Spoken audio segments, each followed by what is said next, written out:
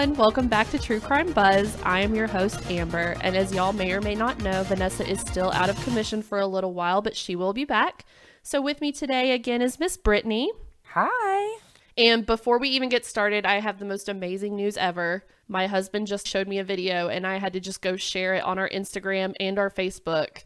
Did you hear that our favorite serial killer is coming back? I did.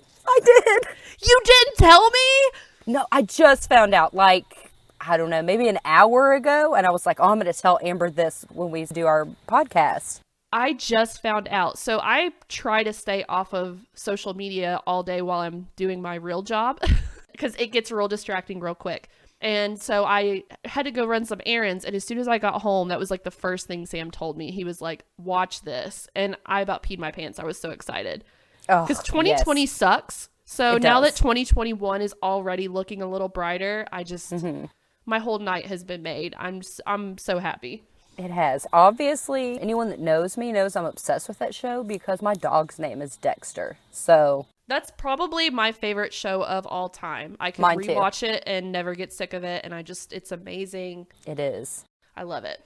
So what are you drinking tonight? And you better not say Diet Coke. I am drinking Diet Coke. I had a rough day and couldn't stop to get wine. I didn't have enough time or I would have been really late to record. So you had such a rough day. You need some alcohol. I do need it. But, I didn't want to be late for this very important date. If I could somehow teleport this giant glass of wine that I have to you, I totally would. I would appreciate that. And of course, it's Rex Goliath red wine. Because what else is new? I know.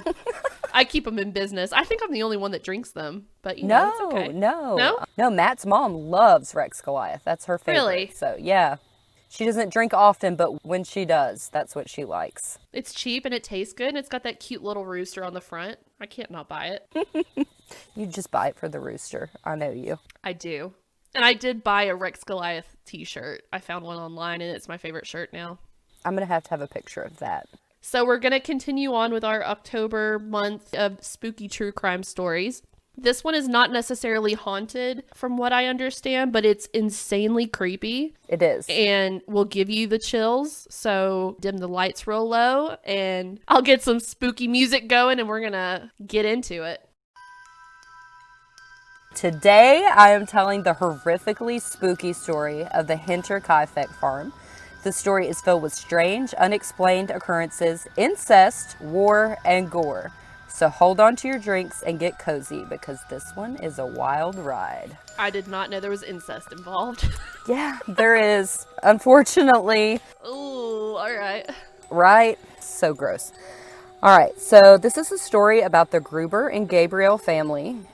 In the family was Andreas Gruber, who was 63, his wife Cecilia, 72, their daughter Victoria Gabriel, 35, and her two children, Joseph, who was 2, and Cecilia, who went by Silly. She was age 7. They lived in a single-story L-shaped stone home that had been built in 1863. On the property was a barn with stables, a tool shed that was also used for baking and laundry, crop fields, and livestock. The farm and property was called Hinterkaifeck. Hinter means behind. So that's kind of a boring name for a farm, although Hinterkaifeck altogether sounds pretty cool. Yeah. Hinterkaifeck was about 70 kilometers north of Munich, and the closest neighbor was half a kilometer away, and the closest town even further. So it was just out in the middle of nowhere. This is BFE Germany. Yes, evidently. Cecilia, the mom, had inherited the farm after her first husband, whom she had 2 kids with, died in 1885. She then married the socially awkward but helpful farmhand, Andreas, who was 22 at the time, and Cecilia was 35. So there's a pretty big age difference there. Oh, yeah. So she was also a cougar. Rare. Evidently we like stories about cougars. So Andreas and Cecilia had 3 daughters together, but only Victoria survived infancy. They were a very private family, but rumors swirled that Andreas was a wife beater and that the reason his other daughters died were due to Andreas's neglecting and abusing them. Why have kids if you're gonna be like that? Right? I don't know. And why not Victoria? So I don't know that that's true. Like I said, it's rumors, but I don't know. The more I learned about this man, the more that might be true. Well, I already don't like him, so please continue. All right. Victoria's older siblings from her mom's first marriage moved out, leaving Victoria as the only child at home. And at 16, Victoria told her friends that her father was raping her and, quote, she couldn't bear to look at him. Oh my God. Right? So, like I said, not a nice guy. No, I hate him. I didn't like him, now I hate him. Yeah, he's rough. Victoria was described as hardworking and serious, but the most social person in the family. She was even in the church choir. And these people just didn't go anywhere unless they needed anything, so she was kind of the exception to that. At 27, Victoria married Carl Gabriel in April of 1914. After getting hitched, Victoria and Carl were granted the deed to Hinterkaifeck. However, her parents continued to live there. So, that had to be fun. Yeah. Everyone wants to live with their in-laws.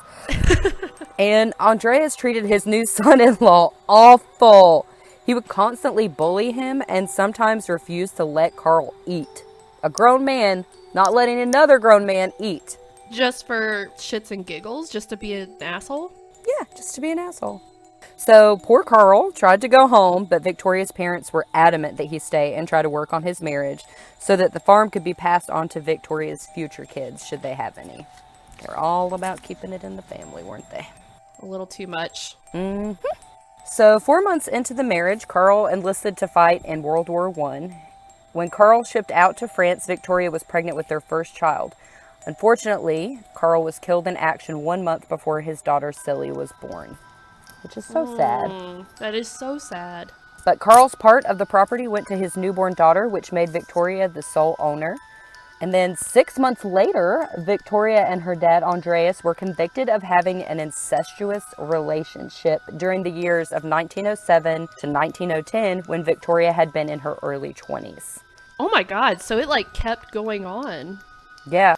So Victoria ended up serving 1 month in prison, and her father served 1 year. And then they both returned to the farm once they were released. What the hell? What was the point of even incarcerating them for that amount of time? I don't know. Then in September 1919, Victoria gave birth to her son Joseph. The initials LS were listed on the birth certificate as Joseph's father, which correlated with the brief fling Victoria had with neighbor Lorenz Schlittenbauer. Schlittenbauer. Yeah. Let's say a strong name. It is a strong name, and he is a strong character in the story. So remember okay. his crazy name. I don't think I could forget it. Yeah, no.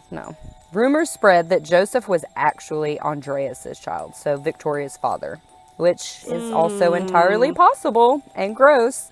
See, that's what I thought you were gonna say, and then you pulled out this weird guy's name. Yeah. Oh, Lorenz Schlittenbauer. There's my Fairview pronunciation.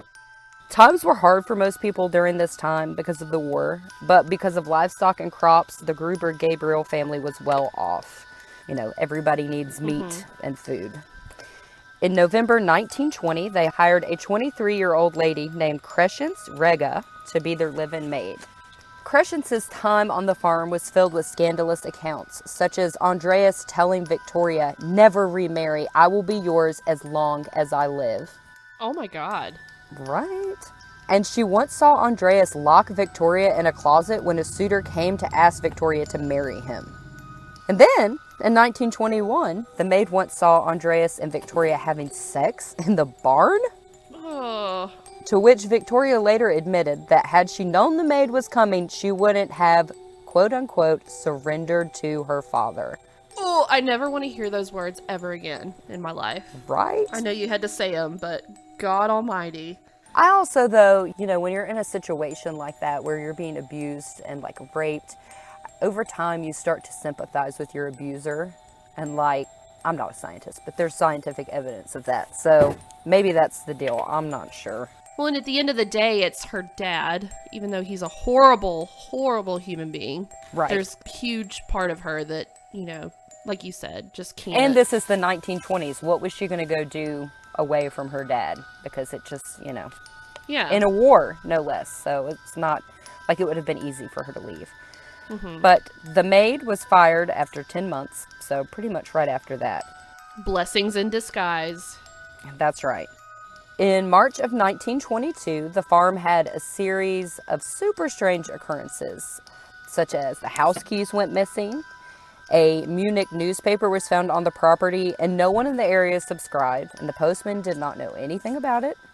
Then on March 30th, the engine room lock was broken. Nothing was missing, but snow had been tracked inside. Then there was 2 sets of footprints in the snow in the rear field leading up to the house, but no steps leaving. Ooh, okay. So, Andreas mentioned the happenings to Lorenz Schlittenbauer.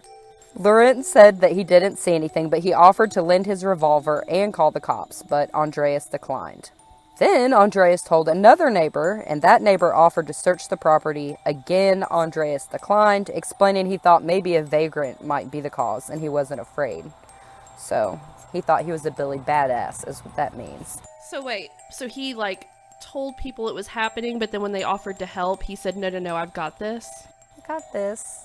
I'm Andreas Gruber, hello. That seems sketch. I know.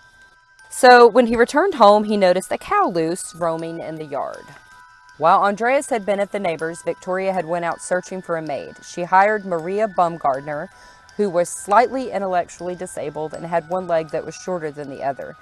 Maria's sister spoke for her and made the decision for Maria that she would start working for the Gruber-Gabriel family the next day. That night, the family heard footsteps above them while they laid in bed. Andreas investigated but only found scattered straw in the attic. Okay. The next day, March 31st, little Celie fell asleep in class. Her teacher asked if everything was okay. Celie said nothing about the footsteps, but did say that her family had spent all night searching for her mom because she had taken off in the woods after an explosive fight with her grandpa. They had thought maybe Victoria had drowned in a nearby river, but at daybreak she was found sitting on a tree stump in the yard, which is totally bizarre. That's real weird. I don't even know how to process what you just said. There's so much going on, and none of it makes sense. No. First off, if it's in the middle of the night, I'm not going to wake my 7-year-old up and be like, hey, let's go find your ma. Yeah. What? And No. then she's just casually sitting on a tree stump like nothing's going on. Yeah. Okay. That afternoon, Andreas searched the farm again, and then he and Victoria went to a nearby town to run some errands. While they were in town, Andreas told a man at the hardware store about the weird happenings, but said, I'm not afraid. I've already prepared my rifle. Ooh, I'm real scared. And Victoria told a shopkeeper that someone had tried to break in. At 5 p.m., the new maid Maria arrives at the farm with her sister. Miss Cecilia, the mom, and Joseph were the only ones home. Maria was shown to the maid quarters next to the kitchen, and Maria's sister leaves because a big snowstorm was expected. Her sister said she got an eerie feeling from Hinterkaifeck, and as she was leaving the house, she saw her sister Maria running towards her. Maria hugged her sister, which the sister found weird because they weren't very close, but she hugged Maria back and promised to visit. First off, if you're doing this woman's bidding and speaking for her, yes, she'll take this job, why are you not close? Maybe it was just different times and it was... I don't know. I guess. This whole story, nothing's making sense so far. So, the next day, Saturday, April 1st, 1922, that's right, I said Saturday because these kids had to go to school on Saturday. That's the true crime of this story. It is. Thanks for listening, everyone. That's right.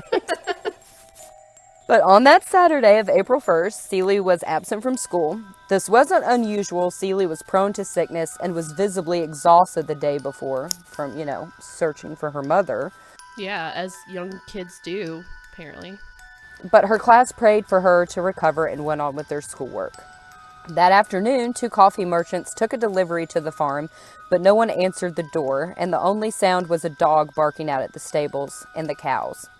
Saturday was usually a busy day for the farm, so it was strange that no one was out working.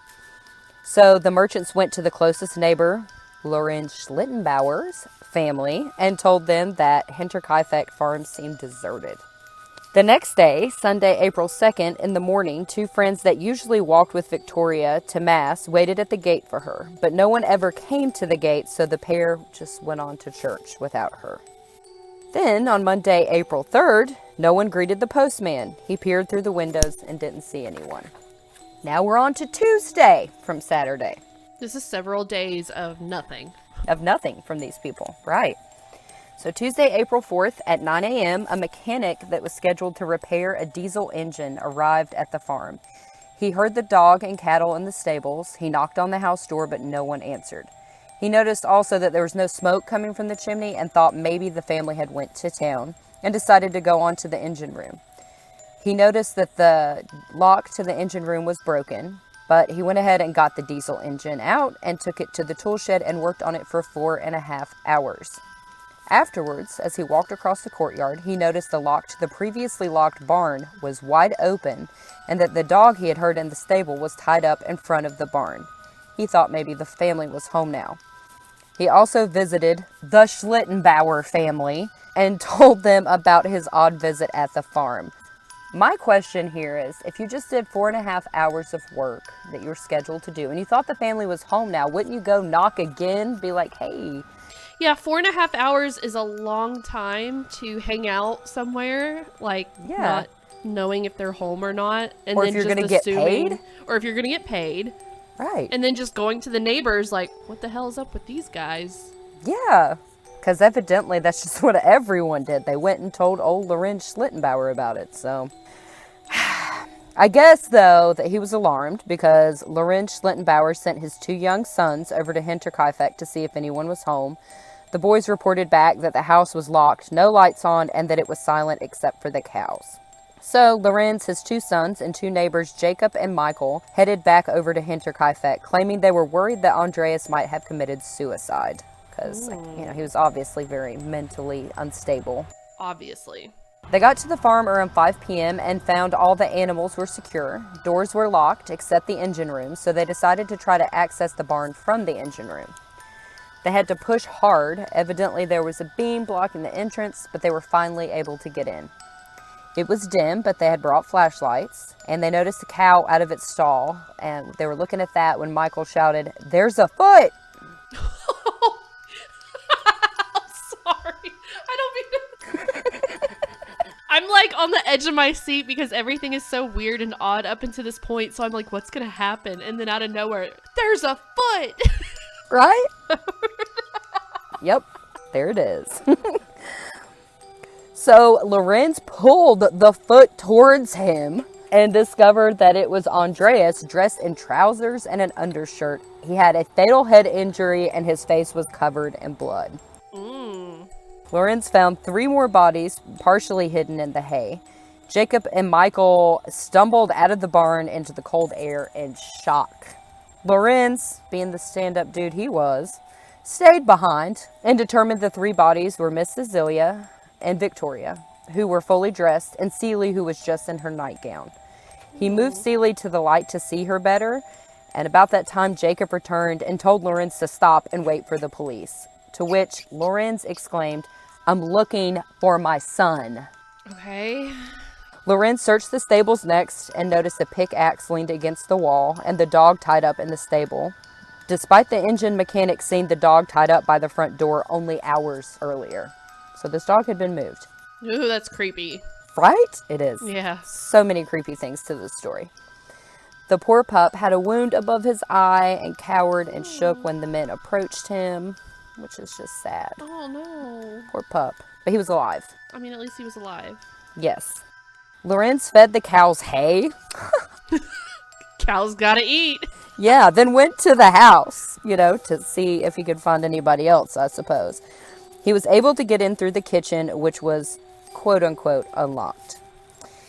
He found Joseph's stroller in a bedroom with a woman's skirt draped over the top. He moved the skirt and saw the toddler with his skull shattered.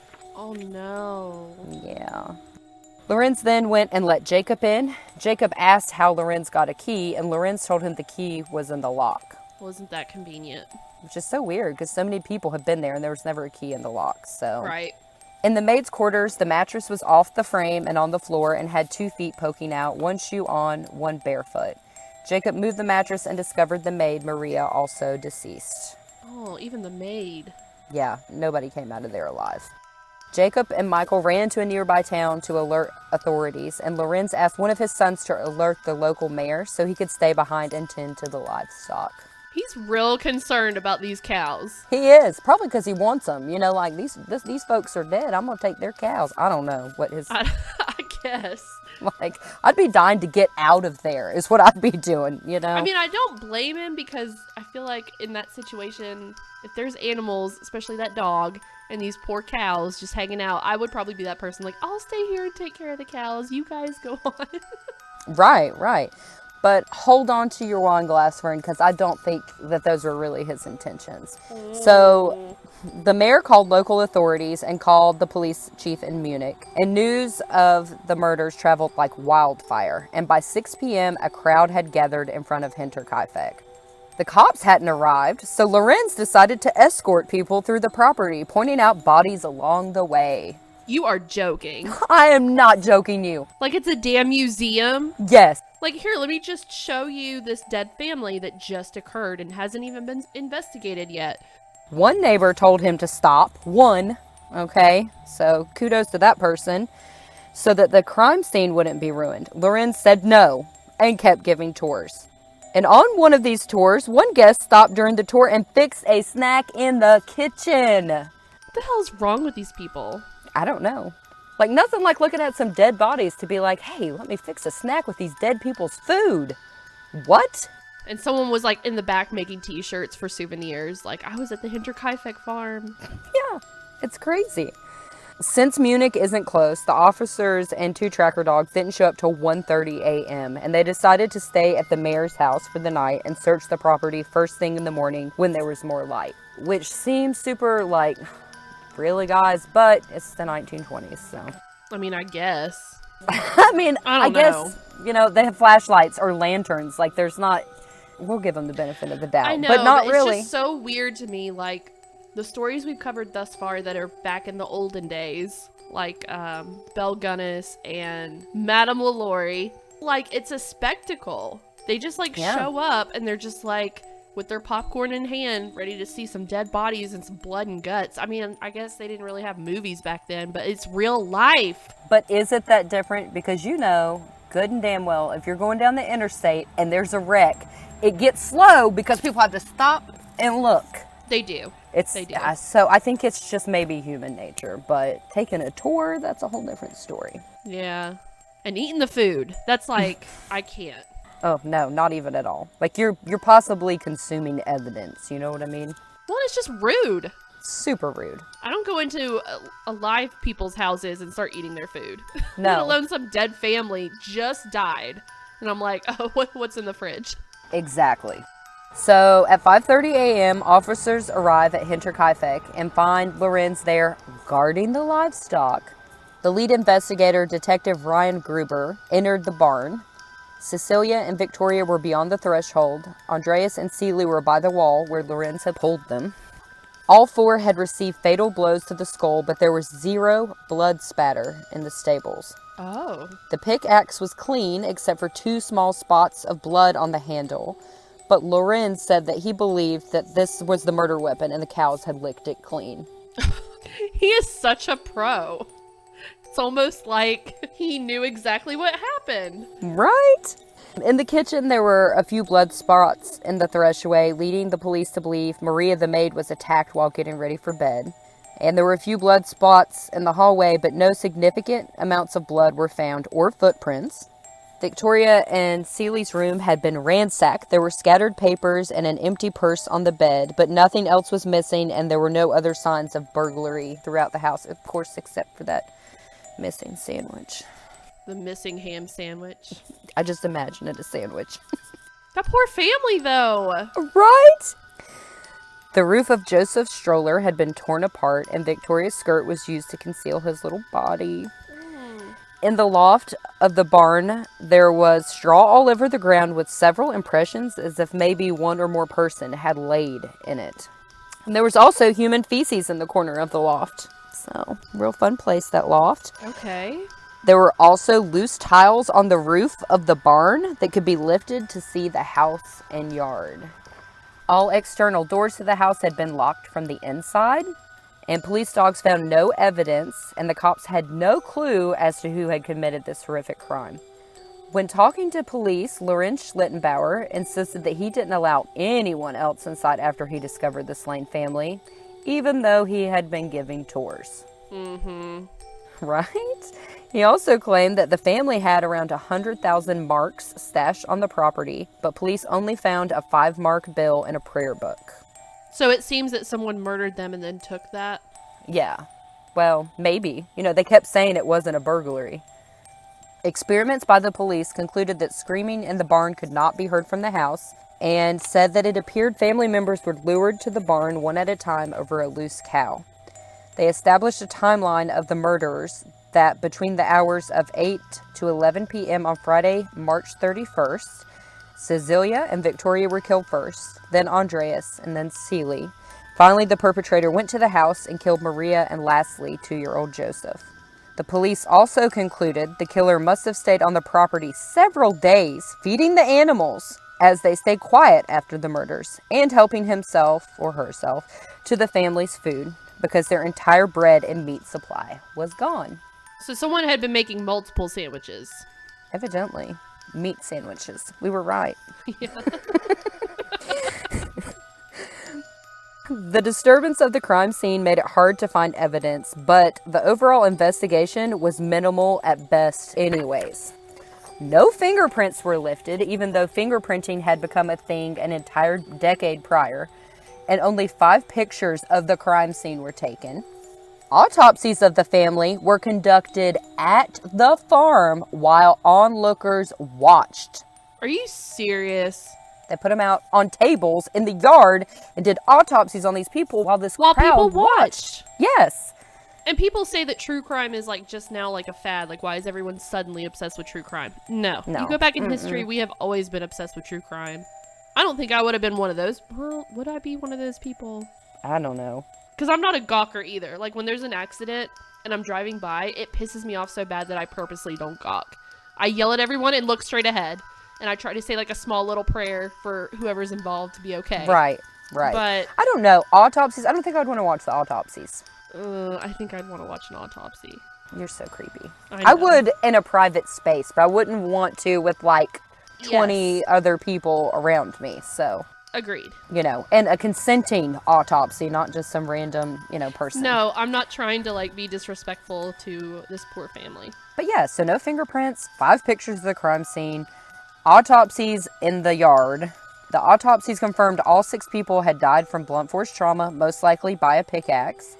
They determined that the killer was definitely left-handed, and that Victoria had also been strangled and had star-shaped symbols on her skull. Her attack was the worst of the 6. Star-shaped symbols? Mm-hmm. Do they have any more detail than that? Were they, No. Imprints. I don't know if maybe... My thought, which didn't say, and I couldn't find anything, I researched and tried to find, I wondered, how you brand your cattle? I wonder if it was one of those things, Because you said skull, not head, right? Mm-hmm. So you got to think it's in the bone. So it's got to be something pretty deep. Yeah. Weird. Okay. But hers was the most brutal. So definitely that was personal. Do we know if Mr. Schlitzenhauer, Bonger, whatever his name is left-handed? No, we don't, because no one ever asked that question in this sad investigation of this poor family. Oh my God. Yeah, this part's really sad. Little Celie was the only victim to not die instantly. She was probably alive 2 to 3 hours. Police were able to describe what those hours were like for her, but hearing that made me sick to my stomach. Hearing just what you said made me sick to my stomach. Yeah, if you want to look into it, you can, but I really, I don't get sick to my stomach easily. Obviously, I love true crime. Gore doesn't bother me. I know, and same here, but it's this little poor baby. Yeah, this little kid, and it doesn't really add anything to the story. It just makes it more sad. So if you want to know, listeners, go research it, but I'm not going to tell you about it. But they did say that had she received immediate medical attention, she would have survived. Which makes the fact that people were going by day after day to this house. She could have had a chance if someone She could have had a chance. It's so sad. Oh. Okay, here's another weird part to the story. All 6 heads, okay, were sent to the Pathology Institute of the University of Munich, but their bodies remained at the farm to await burial. Did they only send the heads because that's the main point of trauma that caused the death? I guess, but why wouldn't you just wait for the heads? Okay, so then okay. So they buried these people without heads. Yeah, and it didn't sound weird at first when you were saying it, because I'm like, oh, medical research. But literally, like, I just processed the fact that these people, their heads are still attached. Yeah. So if you're gonna do that, that means you have to separate the head and ship it off to whatever place you're... Right. I don't understand any part of this story at all. I'm trying so hard to. It's so bizarre. When the police were carrying Celie's body back to the barn, her body, obviously not her head, they noticed a rope hanging down from the hayloft that had not been there moments prior. They raced up to the hayloft, but saw no one. They did see handprints on a dusty bin the rope was tied to. They brought in the tracking dogs to find whoever had been up there, but no trace was found. I'm sorry, I'm just speechless. Right? Like what? I don't even know what to say. So, more than 100 suspects were questioned, such as locals and travelers. The mechanic that had been working on the farm the day the Gruber-Gabriel family was found wasn't interviewed until 11 years later. 11 years? 11 years later. Did something prompt that, or... I guess, I don't know, crappy police work? Like, I have no idea. Why would you not interview that man? If nothing else, to establish a timeline of stuff, and potential suspects. I'm trying so hard to wrap my brain around this just in general, but also, like, try to figure out, I don't know, like, what is wrong with these people? I don't and, know. like, what the hell kind of... Did they even have police back then? Because it sounds like no one cared about anything at all. I don't know. And I mean, literally, fingerprints had been science for a decade, and they didn't even lift any. They took 5 crime scene photos, and they're easily available online. If you Google it, you'll just see them because they're black and white, and there's not, There's not many. Yeah, I just looked at them. Yeah, no. Because I couldn't help myself. And I was like, why is there not more pictures? Not that I want to see blood and gore, but I was just trying to, like, put, like, an image to everything you're talking about. And there's literally I could only find 3. There's 5 total, and they're not even helpful. No, you can't see anything in them. No. You see, like, legs. Yep, a foot. And you see a foot, and you see a lot of hay. Mm-hmm. So 30 years, okay, after the murder, a woman told a priest on her deathbed that her brothers Adolf and Anton Gump had killed the family. Adolf had at one point been a potential suspect, but had been released due to no evidence. However, the sister was known for making up stories, and by the time the sister said all this, Adolf had died. They detained the other brother, Anton, but had to release him due to lack of evidence. And I'm thinking, what evidence did you have to hold anyone, right? I mean, did they even seriously question the neighbor? Oh, we're getting to that. Oh, okay. So, other suspects and theories, there are tons. There are tons and tons. But these ones were the most interesting to me, and the last one being the one I strongly suspect. Some people believe that Victoria's husband Carl faked his death and killed them because he was angry over the incest that Victoria and her dad had. This was debunked because several soldiers witnessed Carl's death firsthand. Well, and what's the point of that? Here's the thing. If I were that man, I would have faked my death to get out of that family. He already tried to leave and they made him stay, so... Okay, yeah, that's out. Next. Some people have thought it was a militant group attack because the seclusion of Hinterkaifeck would have made a good hideout, but there's obviously nothing to support that theory at all. But it's, a rumor. Yeah, no, I don't agree with that either. Yeah. The strongest suspect, in my opinion, is Lorenz Schlittenbauer. Mm-hmm. He had made his feelings for Victoria well known and was the suspected father of Joseph, Victoria's son. He was also believed to be the one that turned Andreas and Victoria into the cops for their incest. I was wondering who did that. Mm-hmm. I didn't ask because I just didn't think it was documented or something, maybe like an anonymous tip. But yeah, that makes a lot of sense now. Also, rumor had it that Victoria told Lorenz that she was going to take child support out on him for Joseph, which Lorenz thought was super selfish because Victoria was wealthier than most people in the area. Mm-hmm. He once denied being Joseph's biological dad, but after the murders, he openly said he had no doubt Joseph was his and went as far as to ask the cops if he would be able to get his money back that he had paid to Victoria privately for the maintenance of the child. The maintenance of the child. Also, the whole "I'm looking for my son" when he's discovered the bodies in the barn and his initials matching the ones on the birth certificate for Joseph make it hard for me to ignore and really give him a motive for me personally. I mean, yeah, the dude sounds like way too involved to not have anything to Way do with too this. involved. I mean, he's the one that discovered their bodies. Every person that went by this farm went and told him, oh, they're not home, or this was a strange occurrence. And I also wonder if maybe he was the person that was like calling on Victoria to marry him, that when Andreas locked her in the closet, but it didn't say. That's a good question too. In 2007, a police academy looked into the case. So, Oh, I love that so much. 2007? 2007. What did they find, or what did they think? Oh, I'm going to tell you, and you're not going to be happy. The entire group concluded that the same suspect was responsible, but refused to reveal the name of the murderer out of respect for living relatives. Shut the fuck up. Yep, I'm dead serious. So they basically said, we solved it, but we're not going to tell you? Okay, and it's in German, so I can't go read this, but people who have taken the time to translate and or read the report say that it is crystal clear Lorenz Schlittenbauer is the man the police academy deemed the killer. So they know for sure who did it. Well, they say that by the description of the person, you can clearly tell that it's Lorenz Schlittenbauer. So in case you're wondering if you can go and visit Hinterkaifeck, That was my next question. yeah, I knew it would be. In 1923, 1 year after the murder, Hinterkaifeck was completely demolished and a memorial put up for the family. You can visit it, but there's no building or anything there now. So just a memorial. Yeah, there's a picture of the sign, also in German, so I can't read it online. Well, at least they gave him a memorial. Right. And that is the horrific, spooky tragedy that is the Hinterkaifeck murders. So another tale of people doing horrible things and just getting away with it and living their Yeah. lives. Like, does karma even really exist? I don't know. I'm starting to think not. And then everybody knows who did it, but they just won't say. I got a real problem with that. Have you looked at Reddit feeds about it? I have not. I feel like that would be a huge rabbit hole to go down, and I probably would never get out, but I may dive into that after this episode just to do a little research.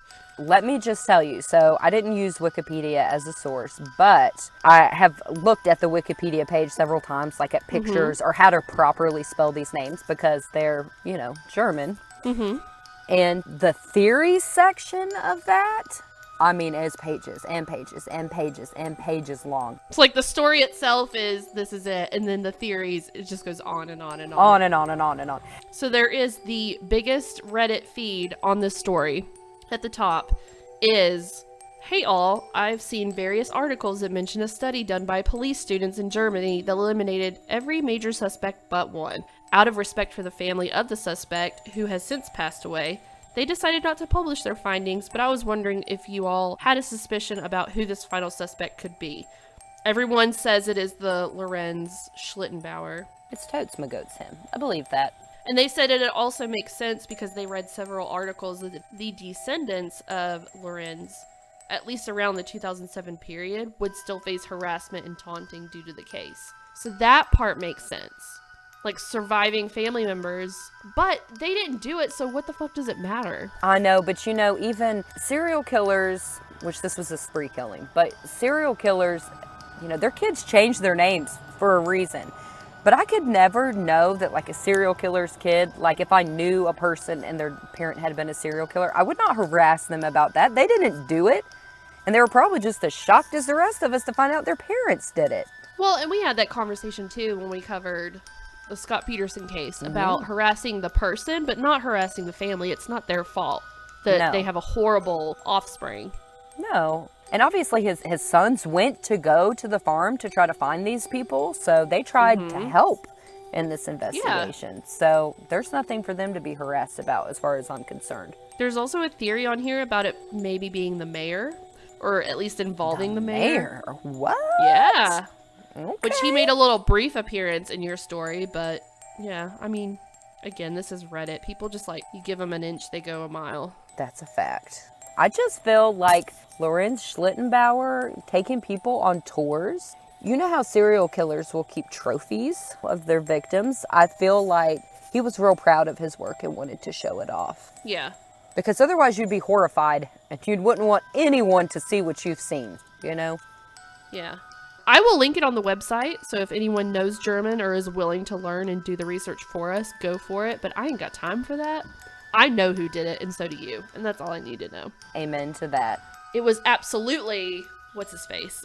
Yeah, Lorenz Schlittenbauer. Ol Lorenz. You know how I remembered how to pronounce his name is because of Eddie Bauer, like the clothing? Dude, my mom, for some reason, used to be obsessed with Eddie Bauer. I don't know why. My mom, too. You remember that expedition we had? It was the Eddie Bauer edition. We had the Explorer that was Eddie Bauer edition, and my mom thought she was hot shit in that car, and rightfully so, because it was a very nice Explorer. Like, it was all leather seats. Oh, yeah. We had the sunroof. It's like every day I realize more and more that's why we're friends, because Kathy and Barbara were out here just being hot shit in their Eddie Bauer vehicle. Like, I wonder if they parked next to each other, because they worked with each other. I wonder if they parked next to each other like, hey, nice car, nice car. I know. I think about that all the time. My mom loved that Eddie Bauer Explorer. I can still picture it. All right, well, good job. That was a really interesting story. Yes. I'm going to dream about this tonight. I can sense it already. I dreamt about it last night, so enjoy.